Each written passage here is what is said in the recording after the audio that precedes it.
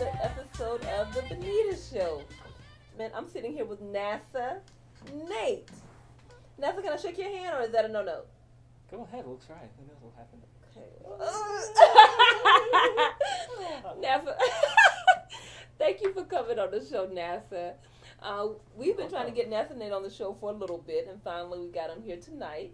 And he is in all color. And he's gonna make me laugh through the whole interview because he's making these funny faces at me. You gonna be good? I'll be good. Okay. NASA. Yeah. My first question for you is, well, first of all, say hi to the world. Hi. Hi. There. Okay. Where did you get the name NASA Nate? It all started many years ago. Okay. Music festivals. Okay. I would go, and you could almost say that it was a lesson that was learned simultaneously later on and at the moment. Mm-hmm. NASA Nate came about as a name because I would start wearing these flight suits to music festivals that were predominantly tie-dye, hippie-esque environment, but they were very open and accepting of the technicality of the vibe of it. Okay. And I felt that, in an absolute crazy environment, that which is, have you ever been to a music festival? Well, yeah. Okay.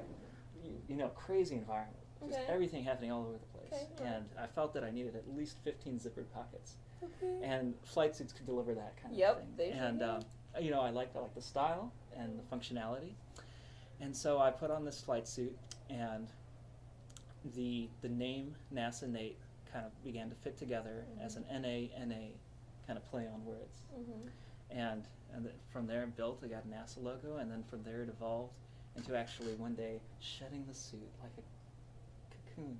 Okay. Yeah, that once it got just way too hot, you learned several good lessons in wearing a black suit in the real dead heat of summer. Mm-hmm. There's what they call a type of yoga. I don't remember what it's called right now, but there's a specific type of yoga where it's like a sweating meditation, and you're releasing toxins, and that was what was going on outside of my awareness at the time. But creating this environment of flushing. So wearing this eventually came forth to the shedding of the suit, which in its way evolved into more dynamic, more advanced suits that I didn't bring here today, but they're very shiny and they're very They're very shiny? Yeah. Well, I saw a lot of things on your YouTube, on your videos, man. Thank you. So, what got you into light, the art of light, using light? The art of light, yes. Yeah. That's a good question. I can tell you just that. Do tell. Oh, indeed. Well, it all began with starting in one little facet, one little avenue of art, which was the computer. And the computer emits light.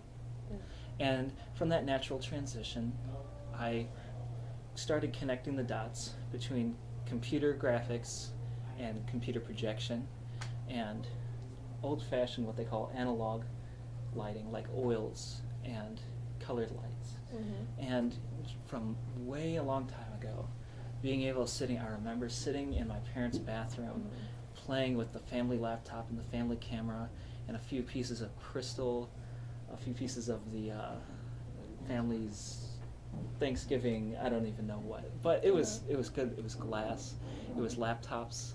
It was sitting in the dark room, making entire worlds just out of doing a reflection feedback loop. And from there it just kept going.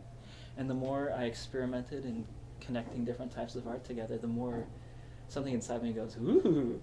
And the more I kept following that, the more other people kept going, ooh. And I just kept going, and so far it's all clicked into place. Yeah, because I saw a few commercials that you did. Thank you. Let me see. You did I love commercials because it's like filmmaking, but with yeah. You did a eyeglass commercial for, who was the company? The Elope Corporation, I believe. Yeah, the Elope Corporation. Yeah, I saw that commercial that you did. And they had those wild play with the lights and the eyeglasses, the sunglasses, right, the sunglasses.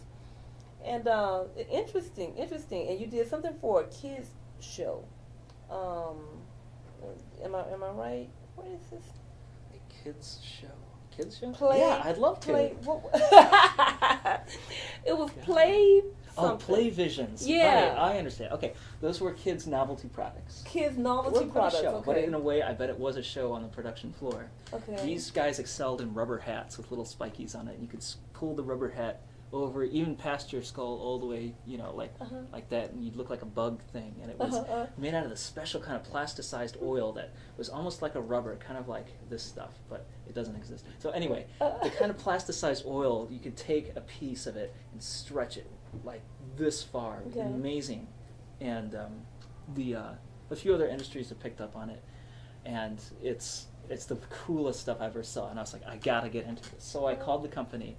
No, in fact, I'm sorry. I made a video first of what I bought at the store. Okay. And I kind of pitched it to him and said, hey, I'm a young filmmaker. Can I make something with this? I'll tell you what. You send me a box of products and I'll make the video in exchange for the toys. And they were like, okay, you got it. Okay. So they shipped me a whole box of products and I got it out, got some actors together, found a place to film, lighting, production, boom, send it back to them. Don't know if they ever used it, but it was a wonderful experience, and it taught me to have a flexibility about talking with companies, and the reason I had confidence in what I was doing was that I could see myself in their products so easily. Okay. It was so natural that I was like, hey, and as long as I was natural in myself, they were like, hey, I can see you and us. So it all clicked together. Okay. Yeah, because when I saw them, I was like, okay, there are companies out there who actually use the type of light art that you work with. Oh, absolutely. And it fit in perfectly. The eyeglass video and the one, the Play Vision, it all fit in. Yeah. I was like, wow. And I would have never thought of using light as an art. But interesting. Now, tell me a couple of videos I saw, like the one with the relax. The lady just kind of melting into all these different colors. And that was a man, baby. No, just kidding. Well, actually, yeah. in a Zentai suit with a wig. Yeah. Yeah, my friend Rusty, we got together. Oh, what was your question really before I jumped into like an entire tangent of a story? Just what made you do the relaxed video where she's just kind of... Oh, okay. That wasn't even for any product or anything. It was just the fact that my friend Rusty had a digital light projector. Okay. I had a digital light projector, and we'd never had two going simultaneously in a film shot before. Okay. So just by that right there, I said, let's do something. Then once I got there and we got all set up, he was like, hey, I got some costumes. Okay, let's check out the costumes. Hey, I got a wig. Let's check out the wig. Hey, here's some music. Turn up some music. And it just all clicked together. Okay. Because I'd never, so you use light projectors to make that happen? Correct. Because I was wondering, I said, how did he do that? I'm looking at this, and it's just amazing the way that those colors, and the person, I guess the guy, so I thought it was a female when I looked at it. It's okay. So the guy, the way he just kind of melted into the colors, and it just, where do you get the ideas? Where do ideas come from? What made you just want to do something called relax? Okay. The first part, I can kind of break that down into two parts. Okay. One part, I want to say that the ideas come from the essential overmind matrix of all that is, of the connecting human spirit. The way that I can think about the mechanics of the idea is you take all possible variables of a situation where you have light, you have a camera, you have subjects, you have environment, and you do what's called the Cartesian coordinates, where you change every possible variable in sequence, in every possible combination. And so you could say, oh, I can change a variable instead of I'm taking a picture of a subject and I'm projecting it for a crowd. Instead, I'm going to take a picture first and then I'm going to recycle it back through its own coordinates, so that I'm taking a picture, I'm projecting it, then I recycle it, and I'm projecting again and taking a picture of a picture being projected.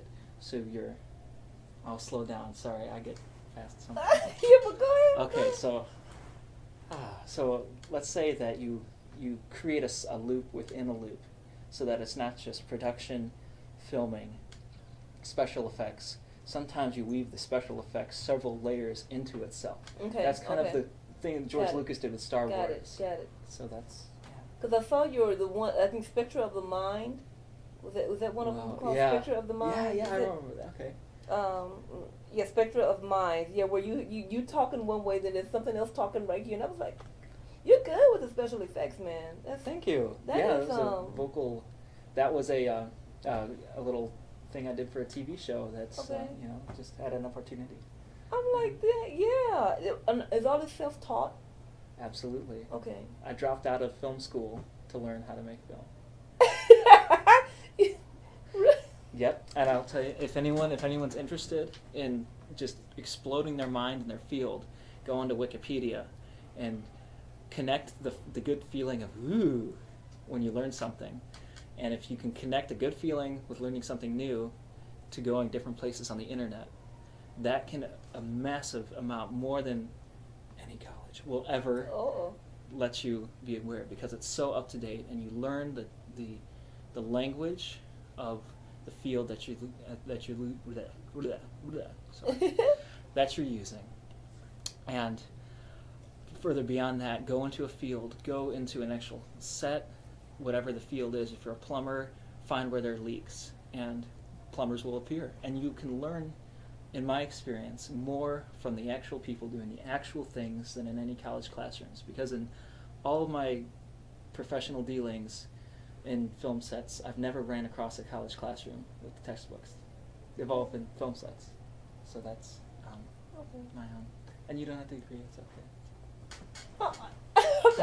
This is your time to shine, man. You telling the world about Arceneaux and what you want them to know. You're good. One more question. We are out of time. But just real quick.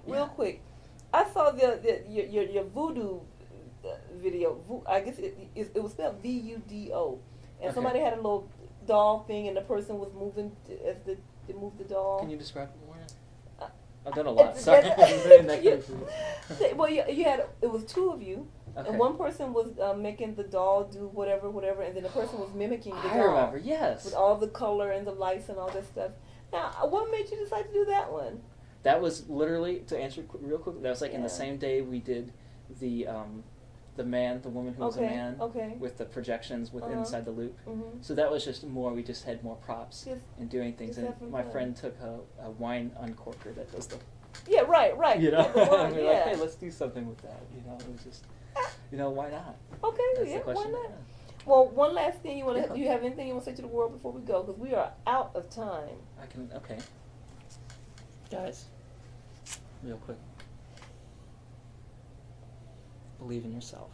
Believe in your own personal magic. That's right. That's good. Believe in yourself. Thank you for coming on the show. Don't get green. Don't say green. Bye, world. Bye, blue. Bye, red.